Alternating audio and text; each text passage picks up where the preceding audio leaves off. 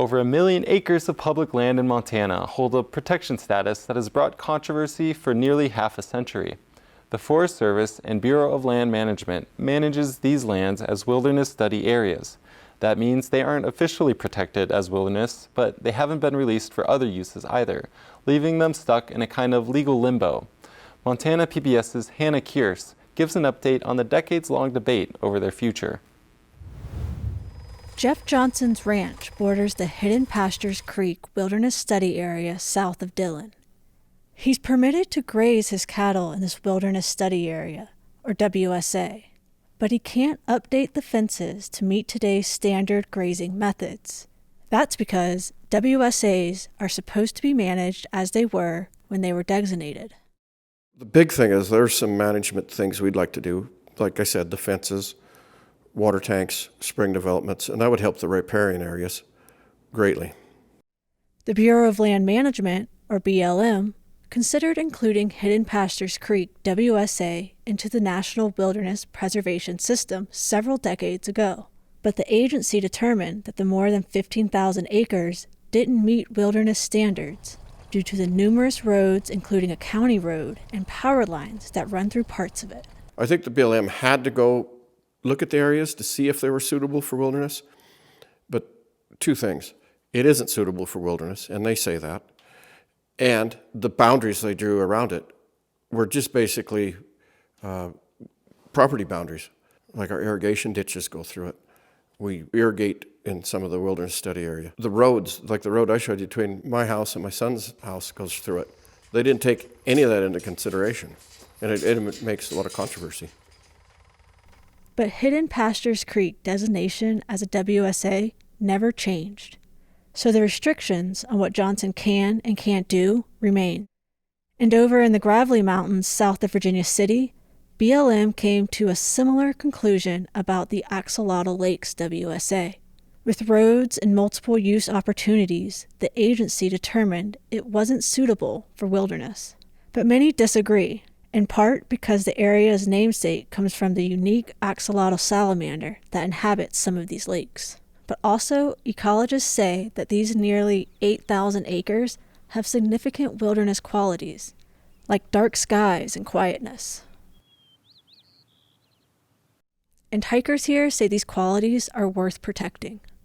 There's a lot of areas in the Madison Valley, and particularly going up into the tobacco roots, where there's a lot of mechanized travel, and that's fine. In the right places, that's fine. But there's a real need to set aside some areas that aren't open to motorized and mechanized travel.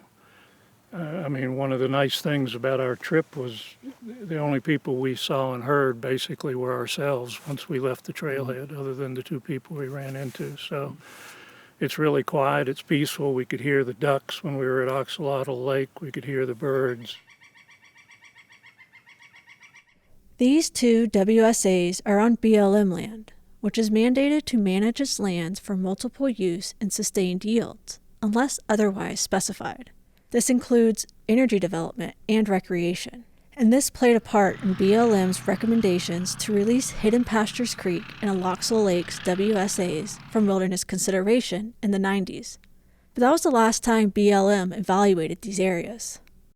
In the forest, every time you do a forest plan revision, you look at whether a wilderness study area should be wilderness or not and make a recommendation. On the BLM side, they did it once and they haven't looked at it again. And so, what they would look at in the 90s is much different than what we might look at now as far as wilderness character. That's 35 years, and things have changed. A lot of areas have gotten more wild, or less wild, but there's to not relook at those 30 years is kind of strange. Over the last decades, several pieces of legislation have attempted to demote or promote Montana's WSAs, but not much has changed. That's because this change has to come from the United States Congress. And the last major action to address these WSAs came in 1988, but then President Ronald Reagan vetoed Congress's decision. And since then, Congress has made only one successful move on WSAs in Montana. That was in 2014, when 2 WSAs in southeastern Montana were released. But aside from that, efforts to resolve the status of these lands have largely stalled.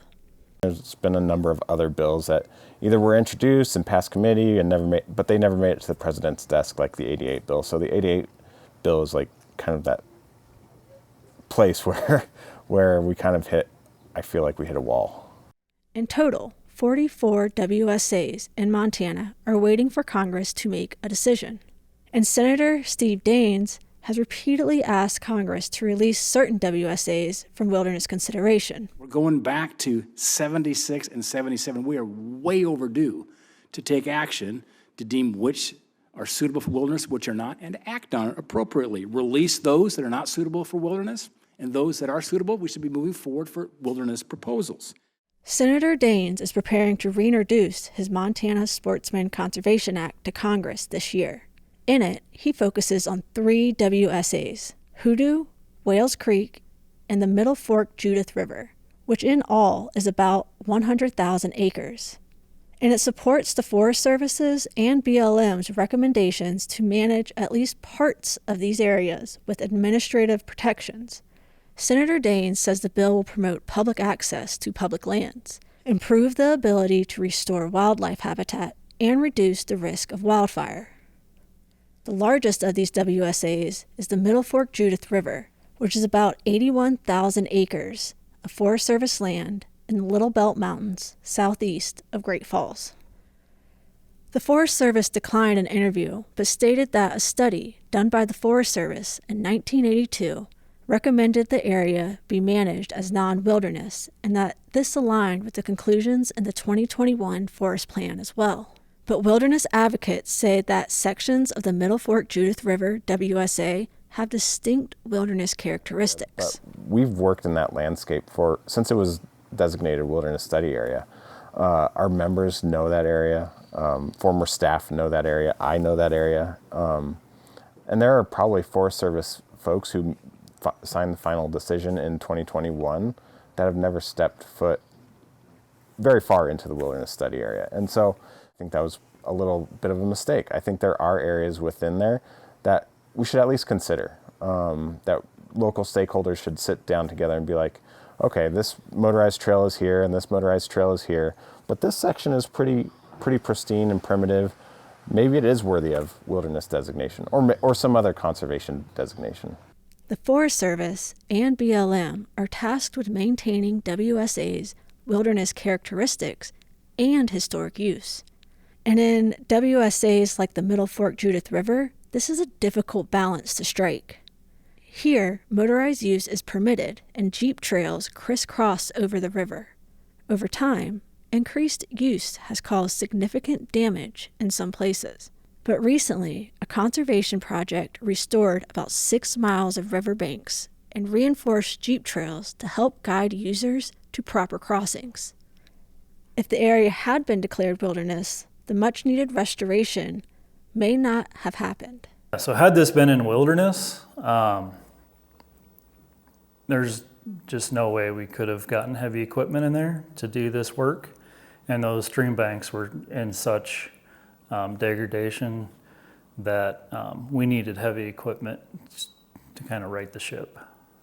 While wilderness areas can be a barrier for conservation efforts like this, there are other levels of protection that can better balance multiple use, conservation projects, and land management. The travel management plan gives this area good protections. It's also a designated roadless area.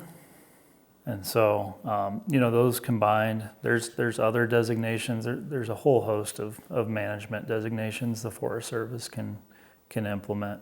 But, we think those management decisions should be locally led, robust public process, and scientifically driven. But some conservationists say administrative protections aren't strong enough. That's because they can change much easier than congressional protections, which require an act of Congress. If there was a president that was really hostile to those things, those could potentially go away. They could change the forest management plan. There's some possibility that we could lose an inventoried roadless area designation through administrative action.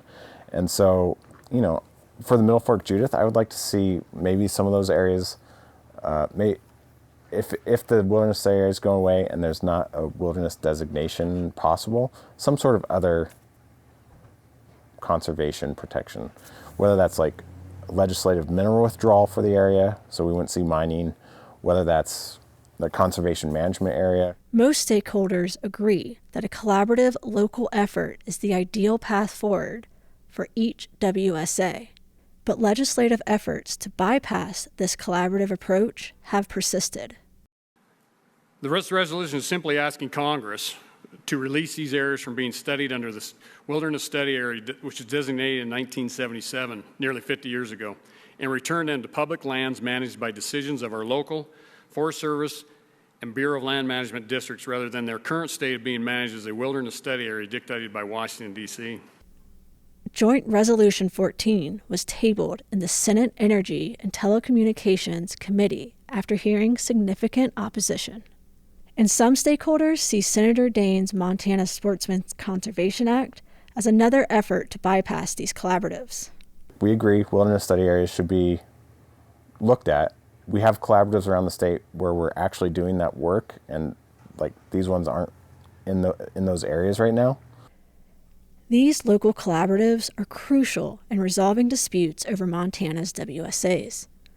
As ranchers, we manage our private ground, we manage the public ground, we enjoy the wildlife, we're making a living off of our cattle. And the wilderness study area is it's just a hard management thing for us. We're mandated to take care of all of our improvements, but the restrictions that come with the wilderness study area make it really difficult for us, very difficult. It's costly too. Yeah, a lot of it ends up being a lot more labor. In some instances, we're not allowed to maintain what we're supposed to maintain. Our BLM guys do as good a job as they can to let us get things done, but it's got to be by the book. Whether they determine these lands for wilderness or not, they're attempting to lay the groundwork for the future of these lands. For Impact, I'm Hannah Kearse.